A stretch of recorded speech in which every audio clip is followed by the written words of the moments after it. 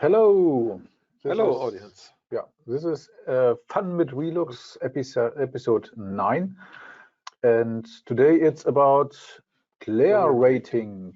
Yeah, glare rating systems. Yeah, a very large, a deep and large topic. So, a lot of details, and also it's interesting topics. And we going to have in this session an overview of the glare rating systems and which of them you can use in Relux Desktop. We want also to show you some of the glare rating systems in Relux Desktop. But before we going into the application, we want to try to explain in our own words what it's about in the glare ratings and why you should use them, and in which kind of scope you're going to use this glare stuff.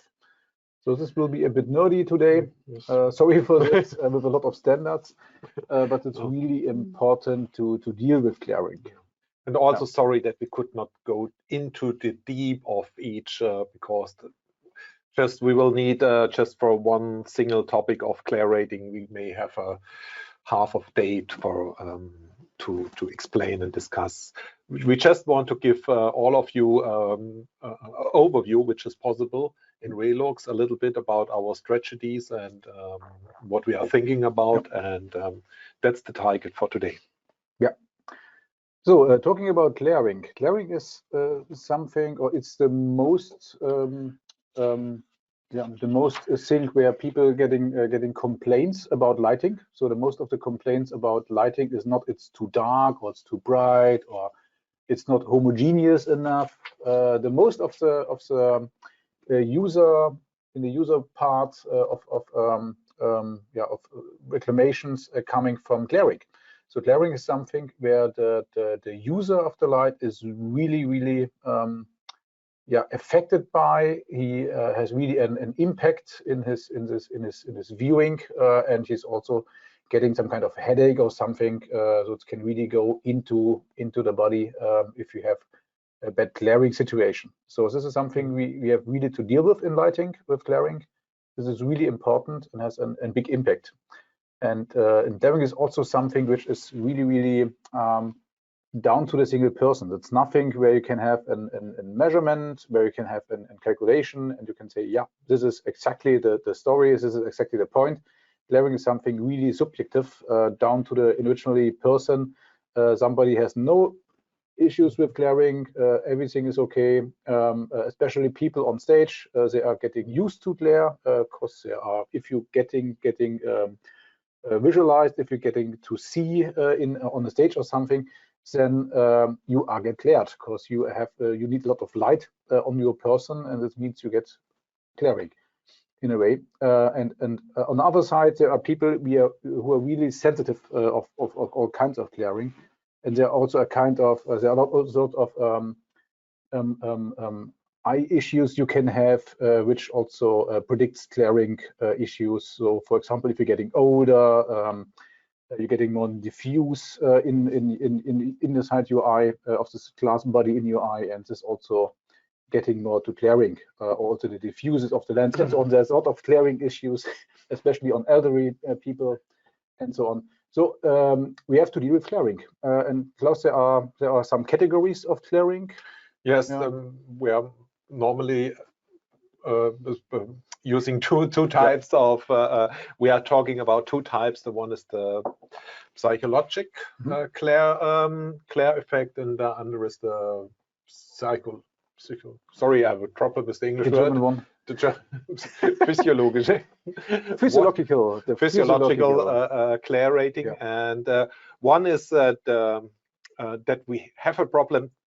We are not longer possible to see anything, and the second one is about that you are disturbed by the light, that you have. It's annoying to have this light. It's not nice. You're feeling uncomfortable. This is psychological effects on glaring. And the real one, the physical one, where you're just not able to see something because you are glared to see nothing else than this spot of glaring. This is the most categories. You can also put all the rating systems in these two categories. So And also, okay, there are also some glare ratios where you have both in it. If you're really getting high glaring, you also going to the physiological glaring. And glare rating is also not only depending on the lights, on the luminaires, it is also depending on the area and on the environment in which we are in this moment. This makes it really hard also in the planning process to deal with these glare rating values. This makes it much more complex and difficult as, for example, a simple illuminance calculation. Yep. Yeah, it's also depending to the, as I said, to the environment, to the room. There's a lot of depending on the system, on the method. So it's, but of course, the lumina is one of the main parts of glaring, and here, especially talking of UGR, it's the size of the area where the light comes out of the lumina, and so on. And yes, there's not just psychological and physiological glaring. There's also, you can also classify glaring in direct glaring and indirect glaring. So direct glaring means you can have a direct view to the glaring lumina, glaring spot, light source. And the indirect glaring, you can also glare by indirect, so by a reflection of a surface, you can also be glared. There are also calculation and measuring methods to deal with indirect glaring. Yeah, and let's have a look into the glare rating systems overall.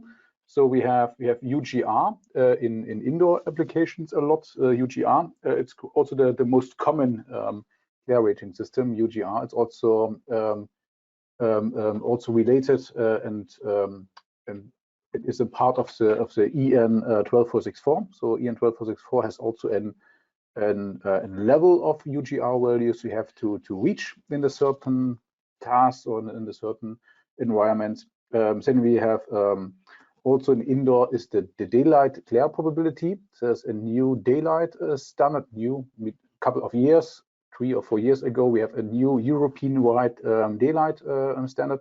This is the EN 17037, and there we have also a glare rating system. It's called daylight glare probability, the GGR value, the GDP value, and this is also something you can calculate in Relux, and this means this is an value for the impact of daylight glare through a window to an observer. And indoor and outdoor, we have also a couple of systems. Yes, in outdoor lighting, we have the CA GR, the typical glare rating for outdoor lighting. Also, it is very, in a universal way, useful in many situations. Then we have from the street lighting the threshold increment, which is also a glare rating method. And then at least we will show you, which is coming from obtrusive light, glare calculation methods from depending on a K factor.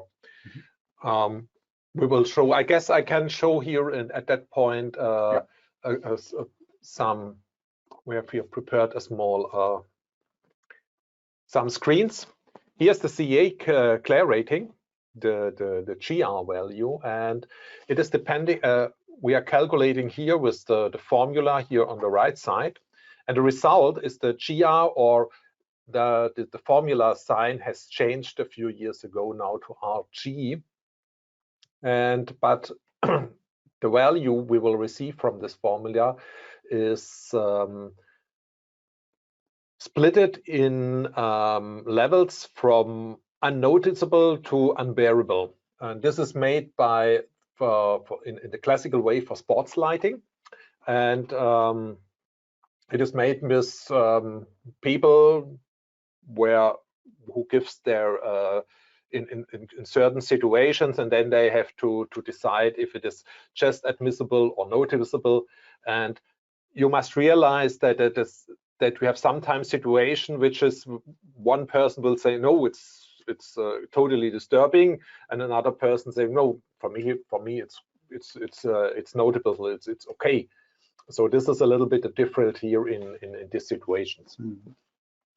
The second I already told is the threshold increment, the TE, which is given in percent, and the percent value gives us the increase of how we must increase the luminance contrast from visible to have a visibility of objects in a given situation when we have some light in have some light in our eyes directly from luminaires or light sources.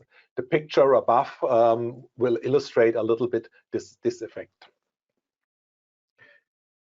And at least we have the point which I told which comes from the obtrusive light, or from we have mainly developed this tool for the for the German, which is sorry, I haven't an English translation. Which is called LAI for Emissionsschutz, and also light emission from the Austrian standard. This is a calculation method which allows you, depending on a proportionality factor K, to calculate the limited luminance for which is allowed for each luminaire, and it's depending on the solid angle, on the room angle, the solid angle of the luminaire. So it which takes in account of this calculation. For the LIE, this is they have changed the formula so that you have the possibility to calculate the Claire value, which is the K value, and the K value has to be under the given value. At the end, this is the same formula and the same method. Mm-hmm. Yeah, and if you're putting the UGR formula, we have not prepared a presentation for UGR because it's quite common, and I'm sure you have it in mind. And if you put the formulas in mind, UGR and all the other ones, you can see there's something which is which have all of these formulas in common. This is the division. There's a relation of a luminance from a source, or of one part of your viewing field, and in relation to the overall or to another luminance. So this is in contrast. So glaring is some kind of contrast, some kind of relation of one single part, one larger part, in terms of luminance. And this is something which is also nice to have a definition of glaring. Glaring is in a way in relation and contrast, in contrast of two parts. And this is also something, if you have this in mind, that glaring, especially UGR also is the relation of the luminance of the luminars you see to the background luminance. And the background luminance is something which is hard to calculate because it's a large area with a lot of single surfaces and so on. This is also the reason why you have different UGR values or different UGR tables from different sources. So this is also something which you have to keep in mind. And if you're dealing with glaring, and if you know this is just contrast, you can have a better glare ratio if you're putting in more light in the room, for example. So glaring means, okay, normally you say, okay, we have to dim down the luminaires, we have to put out luminaires to have a better glare ratio. But also the other way around works, that you make the room itself or large areas brighter and with more light or with more luminance. It can also help to get a better glare ratio, to have a better glaring, because everything is equally homogeneous bright. It's also not glaring, even if it's bright. So brightness is not the same like glaring. Glaring is always in contrast, especially on outdoor. This is hardcore. You deal with zero all the time. In indoor, you can do a lot of the room itself, and this is something, which you keep in mind by dealing with glaring. Just a short word about UGR. UGR is really common. UGR is it's widespread. UGR is something which which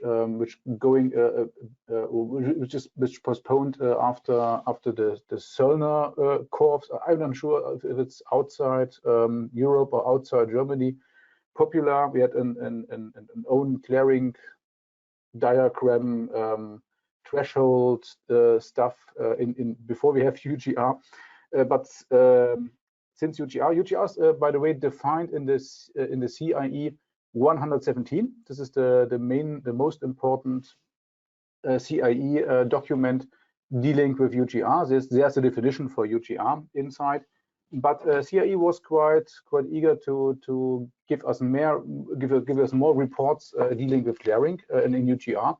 The UGR has a series of CIE standards. So 117 is the basic one, the most important ones. But then we have also the CIE 147. This is also somewhere where we have a better, wider description of UGR. Then we have the CIE 190. This is a CIE document dealing with really good examples of creating tables, mainly for manufacturers of luminaires, that you can produce tables, UGR tables easily. And then we have the newest CIE document. This is the CIE 232. This is a document mostly influenced by Carsten Funke. This is about the LED era. In LEDs, we have luminaires with a lot of small areas where the light comes out, small light emitting areas. And this is something which has a big impact in clearing, because I told you about contrast, and the UGR CIE 117 document comes from an area where you have a homogeneous area of the luminaire where the light comes out. And now with LEDs, we have a lot of single spots where the light comes out with a lot of more energy than often homogeneous large area. And the CIE 232 deals with this. There is a measurement procedure and methodology to have a correction factor dealing with this impact of the single spots. And if you, as a manufacturer, calculate and measure this correction factor for UGR, then you gain better UGR values, but you have to measure this. And this is also something we have not really implemented in the Relux software. Of course, it's not possible because we have not the complete geometry and the single spots and the single luminance values of the single spots. So it's not possible for us to calculate. So we need here the manufacturers to do this measurement, and then we can have also the situation with these LEDs better dealt in UGR. So UGR is also possible for this situation.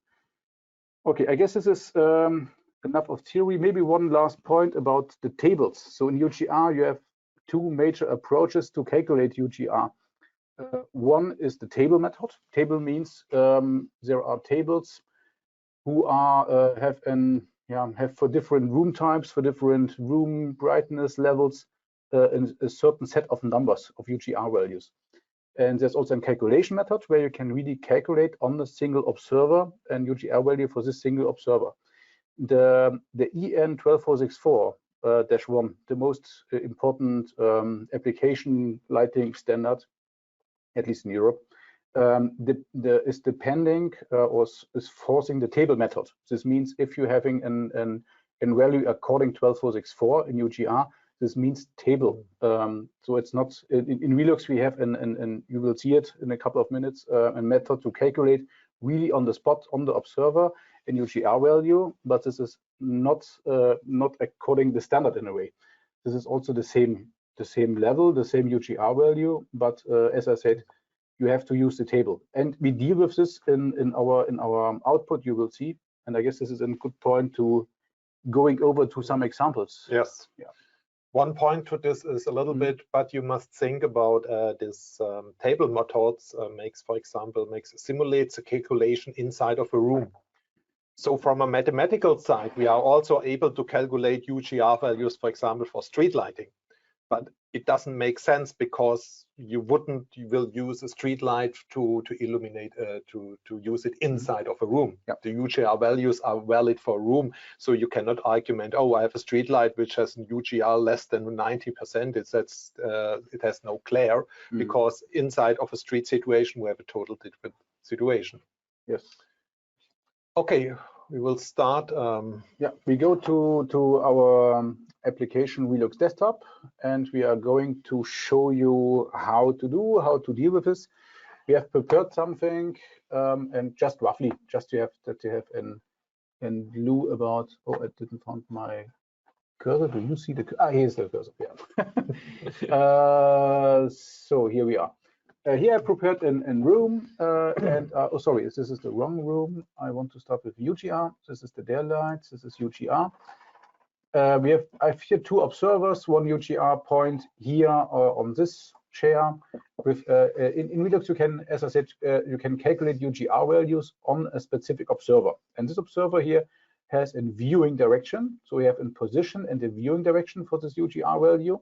And we can expand this UGR direction with a certain angle here, and can say, okay, you can have also in 45 degrees here, for example, you can set it right really. In this range, we want to see all the UGR values in step of 1 degree, for example. And for demonstration, I've set here an office lumina, which is glare optimized. This has a less glaring. By the way, all this lower stuff here in the lumina, it's just down to glaring. So this is just happens on glaring, not to have a better LDC. It's just about glaring if you have this kind of structure in the lumina. And here on the other side, we have just an primitive single lumina for garage or for industrial environments. So heavy environments has not a glare optimization, this lumina. And we will see if the UGR observer here looking in this lumina has not so good values comparing to the guy looking in this optimized lumina. And can you show a 3D view? So yeah, it's a little bit helpful 3D, to see the situation and to see the nice luminas. Yeah. To see the nice luminas. And yeah, here you can see the observer has to be in the height of the eyes. So we assume that it's 1 meter, I guess 1 meter 20. 1 meter 20 is the height of an eye on a sitting people, and so on. And here you can see the luminas in the situation. And we can start with the UGR tables. In Relux, you can also have UGR tables of all the luminas you put in, starting here by the lumina which is optimized for an office. So we have here values lower than 19, according which fits to the 12464. And you can see here in the tables we have here different room situations in this UGR tables. So this means this is always standardized, normalized to the height between lumina and desks. As we said, we can do the half the day just with UGR. So this is the room dimension in a way, and here we have the room reflection degrees, the reflection of the single room elements. This means a darker room has worse UGR values, and a brighter room has better UGR values. It's also something you have to keep in mind. This is also down to contrast. If you have a lumina in a dark room, you have much more glaring because you have a much more high contrast. And we have two viewing perspectives to the room from one side, from one wall or to another. So two coordinates, this are the two sections here. And if we check the UGR table from the more primitive lumina, we see here there's no glare optimization. We have here quite high values. UGR is defined between 10 and 30. So so we going here to the direction of maximum of this UGR values. And these UGR tables are calculated by Relux on the fly out of an LDC. So these are values which not are provided by the manufacturer of the lumina. These tables are calculated on the fly by Relux itself out of an oilum.ois file. So, but these are the tables. And if we have for this room the result overview, we can see that we have here the values we have here in illumination and so on, in illuminance. And here we have also a UGR value, and this UGR value is down to the room size, appearance, form factor to the table, and this is here in table value. This means this is really according 12464, and we have put here the more worst situation of this 2 axes into this value that we have 1 value. But we have also the option to calculate UGR, and here we have also an output diagram. This is the person looking in the office friendly lumina, and you can see here, okay, if he looks in front office, he has an UGR value of 13, and if he looks a bit of the lumina on the side, then he have still 10 or something, or he below 10. And yeah, this is the diagram of this UGR value from this observer. The other observer with the more worse situation, he has quite higher UGR values here, up to 23. And if he looks a bit on the side, then you have still 20. So this is more than 12464 would allow in this situation. Okay, this is an point to UGR. Then we have a second room with a second situation for the daylight glare probability. A similar situation. We have here 2 observers. It's the same setting. One of the observer is just looking in front of this to his colleague or to the screen, and the other colleague is looking out of the window, and he has a big window with a lot of daylight, and we have also a situation where we have a bright, full sunny day. And let's check the daylight clearing, and the daylight clearing is somewhere here. Yeah, no surprise. The guy who has in viewing direction inside the room, he has a DGP value of 0.28. This is very low according to this legend. This legend is also from the EN 17037. There's also in scale how to interpret this value, and this guy who looking in this big bright window has also, no surprise, a value of 0.5. This means it's also really high. It's really high, and this should be meant we have to do some daylight glare protection stuff and yeah, some kind of daylight shading system to prevent this glaring by this viewing angle. So if he looks into the room, it's not that bad in the situation. Okay, these are the options we have in indoor situations. Let's move to outdoor. Yes, short view to the possibilities in the outdoor project. I have here prepared a small, very simple for exterior scene, an area with 4 luminaires around it.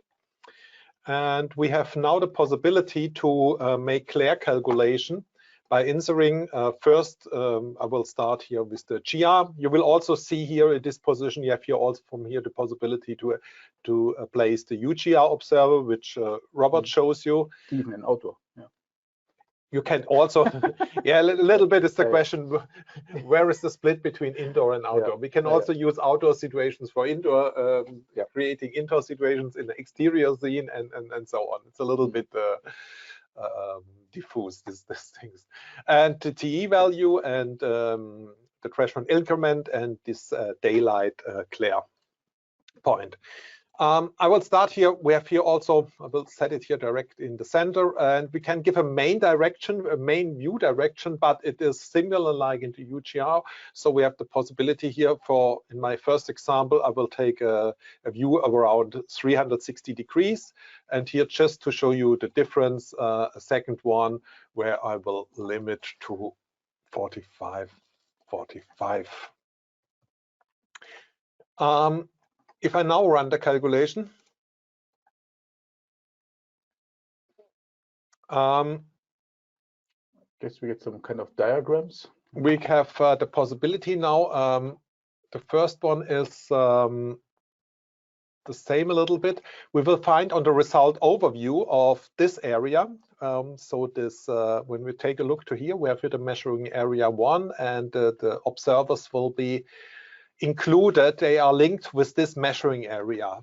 So this measuring area is also responsible for the background luminance, which is used to calculate the max GR. And we will see in the result overview just the max GR value of which we are founding in this situation. But we have also the possibility here to take a look to a Clair rating diagram, a little bit similar like in the UGR. It's looks a little bit different. And here in this first, we will have a totally symmetrical situation with the four luminaires and on the four corners of the area. And so we have this nice symmetrical result. As contrast here, this is the limited view of the GR value.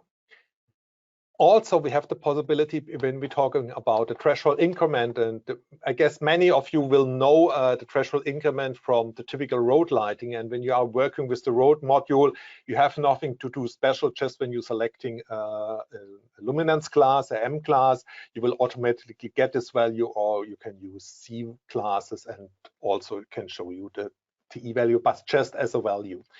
But in Relux, it is also possible to use this in any exterior scene. For that, I can place the TE value here, and I have now to give a direction away, away for the TE calculation. The difference between the GR and this was GR still. Sorry. Sorry. Yes. You have misclicked. Sorry. Yeah. I don't want this one. I want to have a TE value, sorry. Okay, so I place it, and then I have to place go away. The difference is in the GR observer is at one position, and the observer is rotating his head. And for the TE value, it starts from one position, and then it will calculate on a way in steps on each position TI value. And so in the following, we will get a result which looks as a diagram in the following. When we have here the TE value, and we will have this curve. My situation is now not typical for a TE calculation. You will have typically some situations like in like in a road, or it's also important in railway stations for the drivers of the trains. Driver of a train. Train drivers. We are the train drivers. Also in railroads, in rail stations, we have the situation that there are typically have or often have two requirements for Clair rating. One is the GR value for the persons who are using the trains? Not the trains, the places, the platforms where we go into the trains, and the T value which is used for the train drivers. Also, we will find the maximum value on the result overview. And now, last but not least, we have the possibility for light emission for obtrusive light.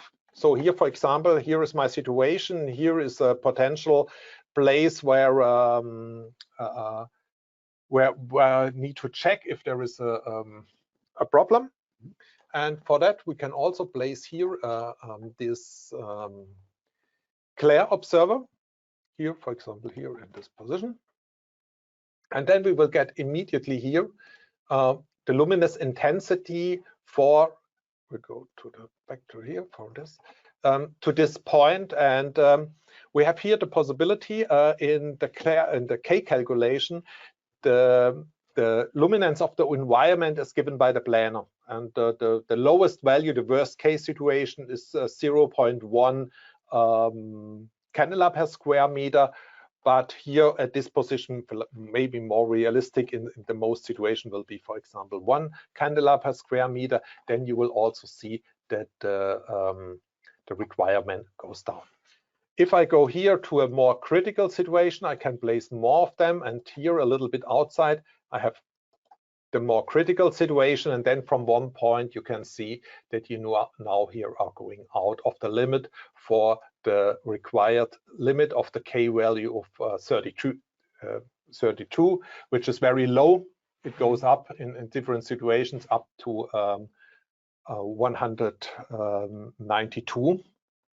And here in this position, in this situation, you can calculate the glare rating according to the obtrusive light. Mm-hmm. Note this tool is not free in Relux. You need a special license if you want to use this special functionality. Just the K value. Yeah. Just the K value. The TE value and the GR value is free in all time in our program. Okay, that's in a very fast, very short, and we should take a look to the questions if there are one. Yep. There are some, I guess so. Let's check the questions.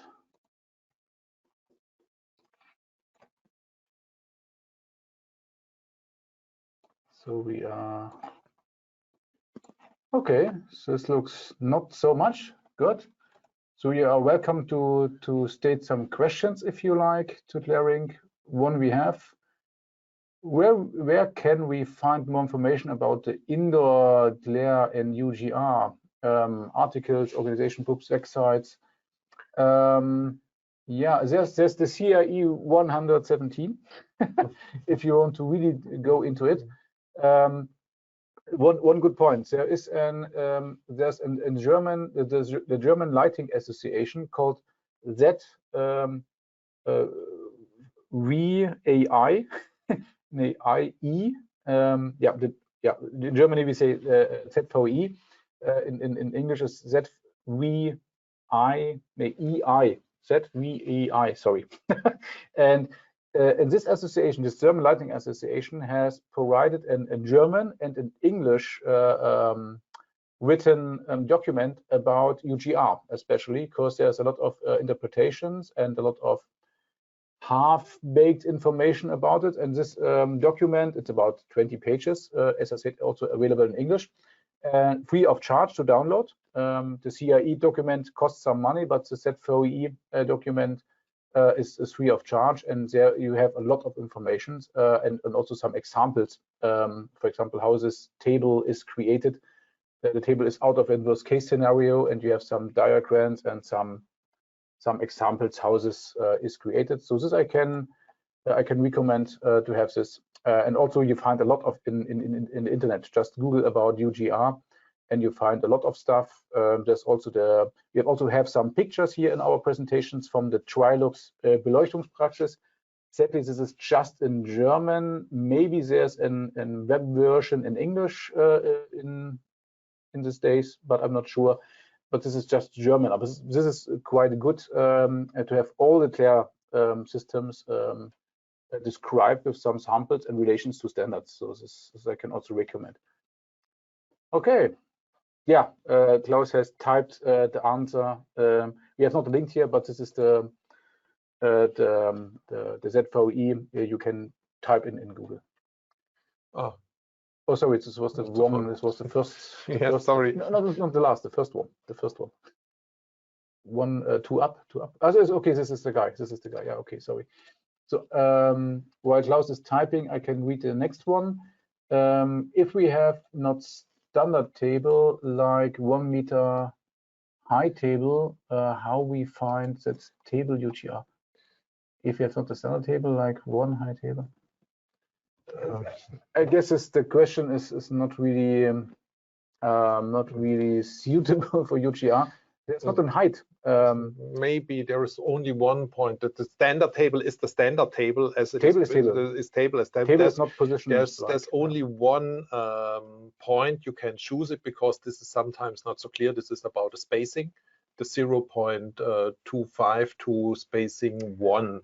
Okay, you mean probably you mean the spacing to high ratio, the SHR value. This is something which we have in Europe, 2 different perspectives on UGR tables.